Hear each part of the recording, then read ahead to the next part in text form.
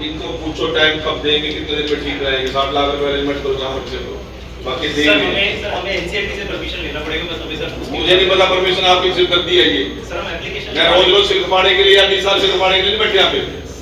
Sir हम और नहीं सुनते तो कार्रवाई उठा दे भाई। सर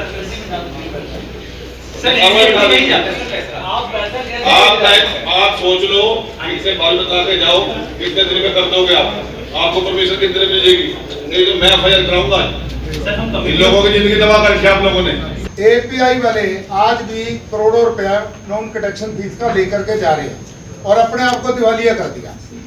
सर दिवालिया एक मिनट भैया, एक मिनट मेरे को मंत्री जी को बता। अच्छा ठीक है बोलिए सर।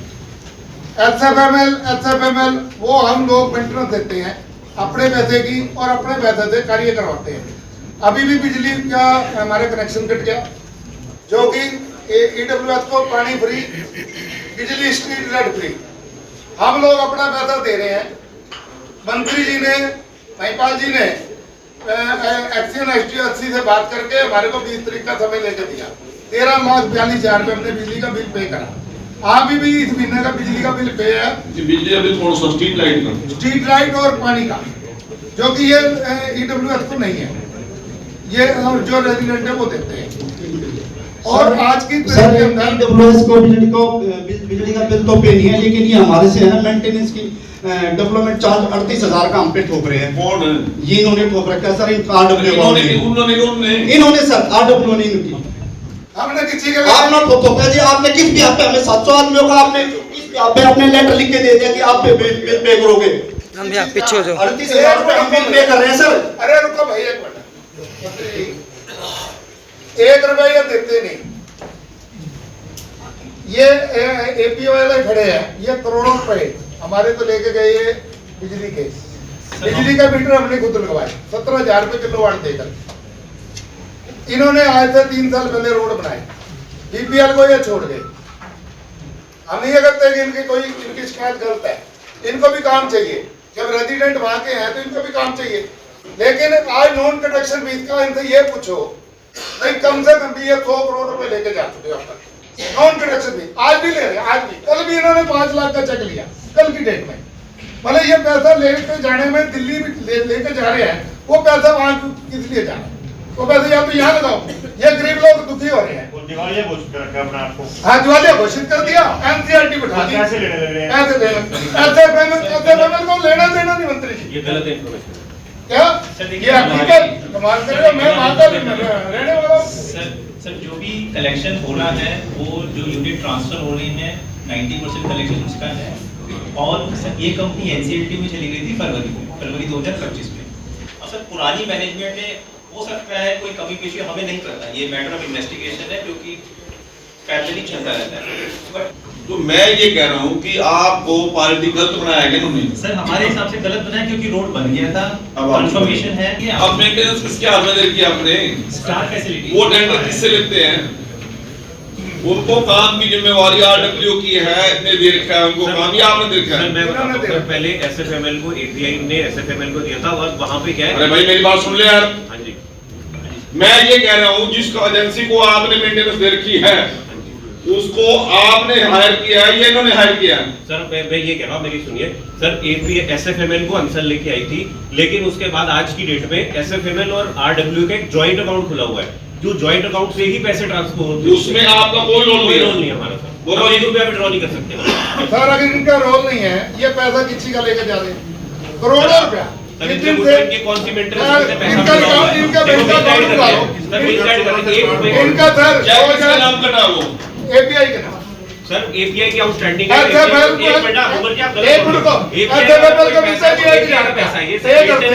वो भी 10% के नाम चेक बनता है, जिसके ऊपर एक साइड आरडब्ल्यू के बंदे के होते हैं और एक साइड एसएफएमएल के होते हैं। सर ये अंचल वाले हैं और इन्होंने जो एजेंसी हायर करी वो लोग भी खड़े सर, उनको सामने बुलाओ ना, तो आमने सामने बुलाओ।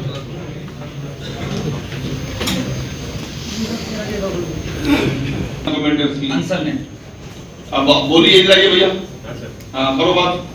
सर मैंने भी आपको ये बताया कि एनसल एपीआई ने ही इनको हायर किया था, लेकिन आज की डेट में जो अकाउंट ऑपरेट हो रहा है उसमें एसएफएमएल जो इनकी एजेंसी है प्लस आरडब्ल्यू का दोनों का ज्वाइंट अकाउंट है सर ये, और कोई भी पैसा एपीआई वहां से विड्रॉ नहीं कर सकता। जो सर, पैसा आ रहा है यही लग रहा है, API किसी का जो लेके जा रहा है, लेकिन API ये maintain पैसा करते करोड़ों हैं। रुपया। जो पैसा आ रहा है वो यही लग रहा है। 5 मिनट प्लीज एक बार उनको बोलो। जो पैसा आ रहा है यही लग रहा है। अरे लग रहा है नहीं लग रहा है, इस बात का तो फैसला बाद में करेंगे।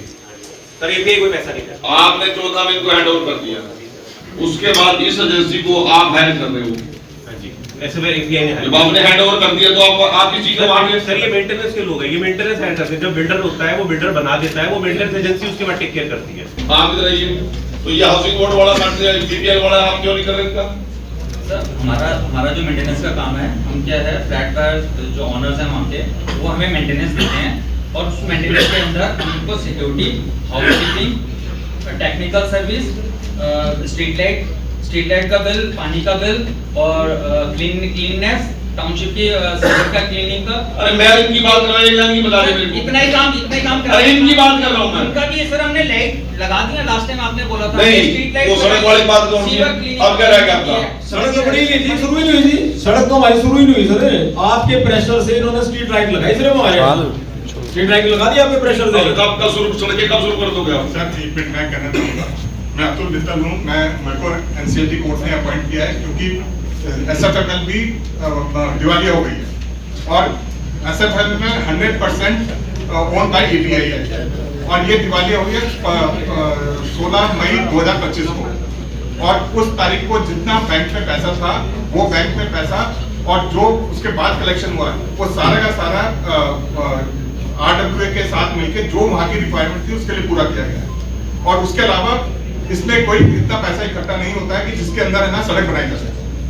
ये तो इनकी दया पे है, इनको उस लॉ का पता है नहीं है, जो कंडीशन थी उसका इनको बताया गया, नहीं बताया गया, चलो फ्लैट बन गया, ले लो चले गए। अब इनको किसके हवाले छोड़ के जाएंगे?